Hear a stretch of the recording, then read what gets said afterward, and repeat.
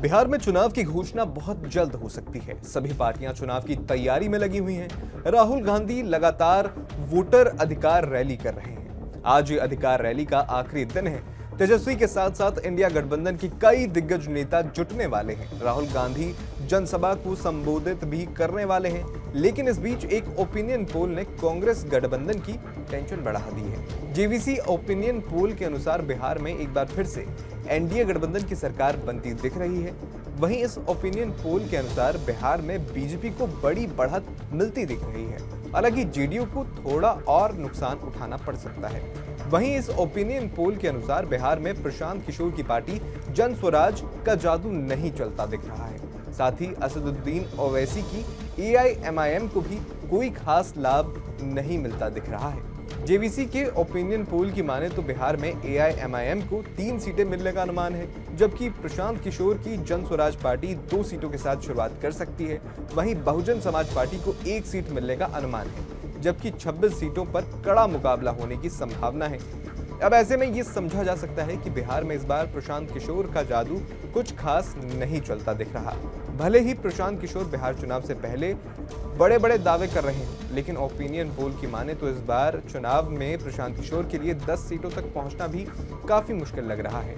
वहीं एआईएमआईएम को बिहार विधानसभा चुनाव 2020 में 5 सीटों पर जीत हासिल हुई थी, लेकिन इस बार ओपिनियन पोल में ये आंकड़ा 3 पर सिमटता दिख रहा है।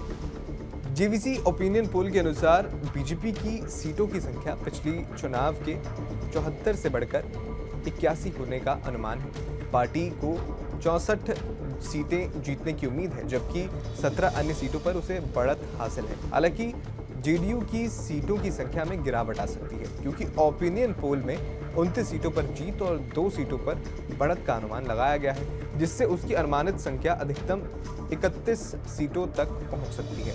बता दें कि नीतीश कुमार की पार्टी जेडीयू ने 2020 के चुनावों में 43 सीटें हासिल की थी, जो उसकी पिछली 71 सीटों की संख्या से 28 कम थी।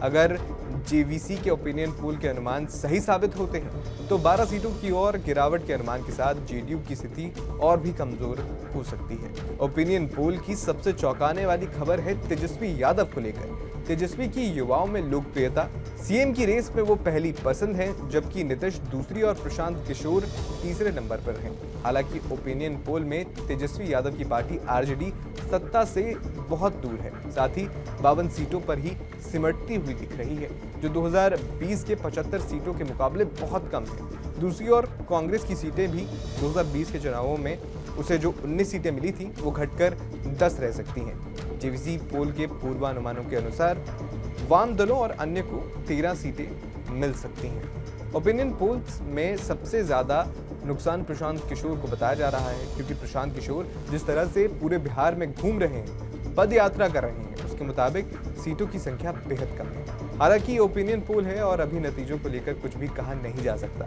जनता ने कई बार ओपिनियन पोल को गलत साबित किया है, लेकिन इतना जरूर है कि चुनाव से पहले ओपिनियन पोल राजनीतिक पार्टियों की धड़कन बढ़ा देते हैं। फिलहाल आपका इस पर क्या कहना है, हमें कमेंट बॉक्स में जरूर बताएं।